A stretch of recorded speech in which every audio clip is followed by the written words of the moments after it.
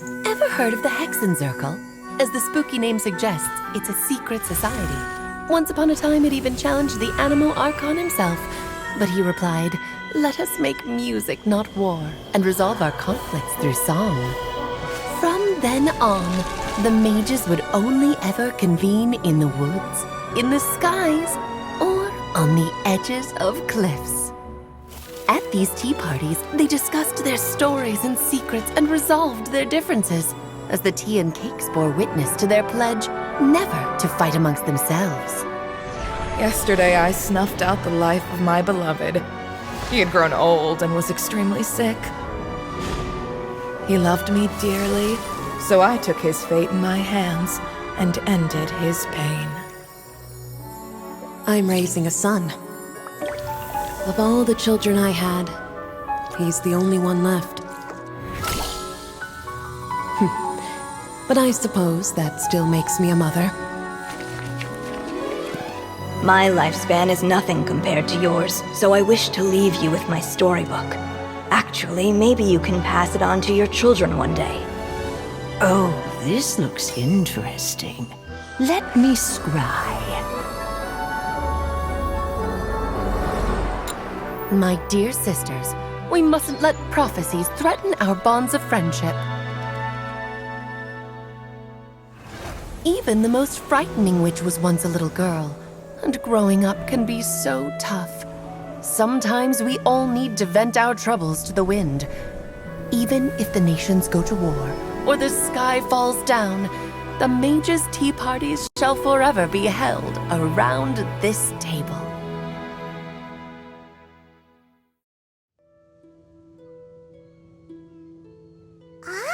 So this is where the legendary mages held their meetings.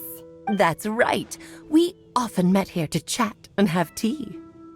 Then what about the part saying that if we light the lantern of utmost joy, we'd receive a supreme blessing?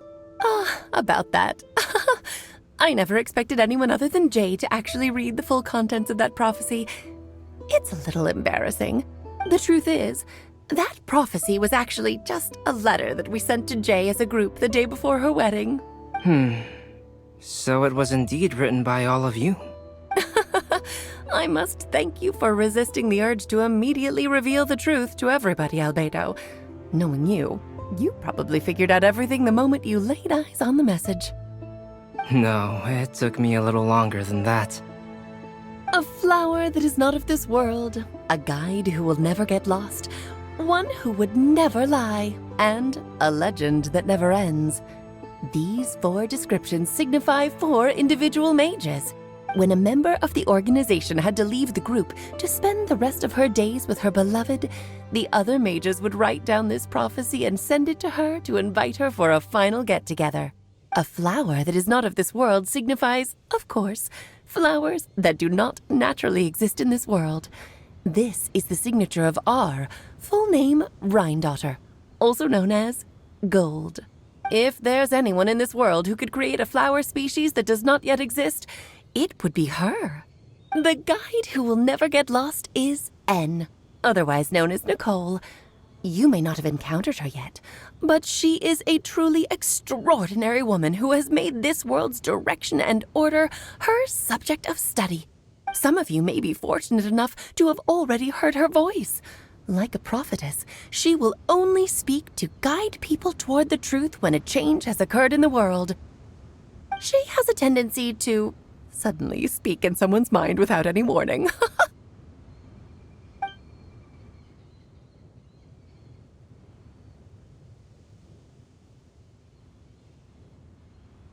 If one day you would be unfortunate enough to run into a truly dangerous situation, she may use her voice to guide the way forward for you. Who would have guessed that there are so many mysterious women in this world, and that they would all know each other? The one who would never lie is me. I hope no one would take offense. It's just that I, Alice, or A for short, have always had a soft spot for those with sincerity and candor. As for a legend that never ends, you may not know M in person, but you've likely encountered one of her works. Have any of you ever read The Boar Princess? Huh? I'm pretty sure every child in Mondstadt has read that book. It's also one of my favorite stories. Em was an exceptional human writer who used her prose to teach me the meaning of grief. Don't you think such a person would deserve a seat at the mage's table? Paimon's getting more and more lost. It may sound hard to believe, but I can attest to everything that Alice has said. Jay was also a mortal who aged and passed on, leaving her title to her students and followers. Alice, you've never acknowledged any of Jay's successors. It's now been centuries since the first of us took on her mantle. I've always wanted to meet you. Do you also want to become a mage? Title aside, I think I'm more interested in the meaning and purpose of the Hexen Circle. I used to think that the Hexen Circle was a group of women who could control the very fate of this world. But now, I've seen for myself that besides Jay, many other ordinary people were also among you. Do you think less of us now? No, not at all.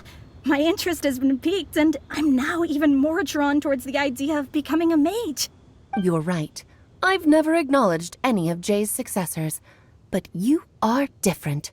You are much more fascinating than any of your predecessors. Oh, has someone finally piqued Aunt Alice's interest? Now is not a good time, Scarlet, but as soon as I am able, I will seek you out for a meeting. I want you to tell me all about Jay's married life back in her hometown. So the mage who received the prophecy letter from all of you was Jay? She left the Hexen Circle after getting married? Precisely.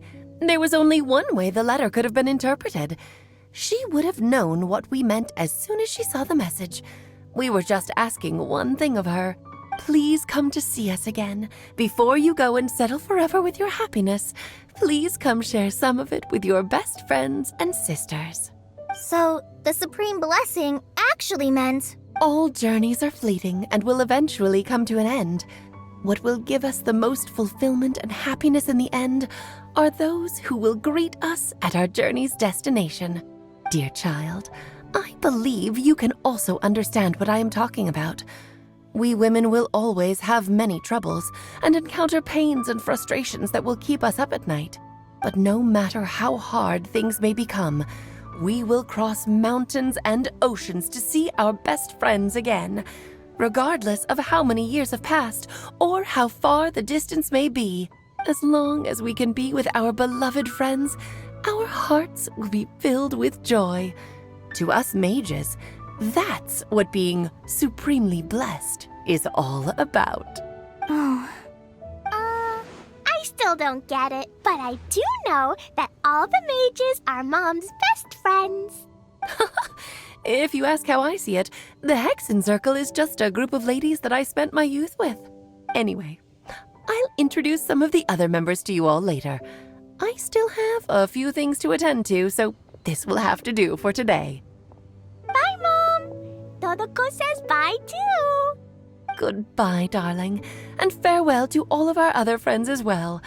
I'm sure we'll see each other again. Oh, now that I think of it, isn't it getting close to that time of year? Yes, it's Windbloom again, Alice. It's also a special anniversary date. I'm sure you still remember. Yes, I do remember now. It was on this day many, many years ago that Jay tied the knot. Ah, just in time for the Festival of Love and Freedom. Everyone, please enjoy this year's Windbloom Festival to the fullest.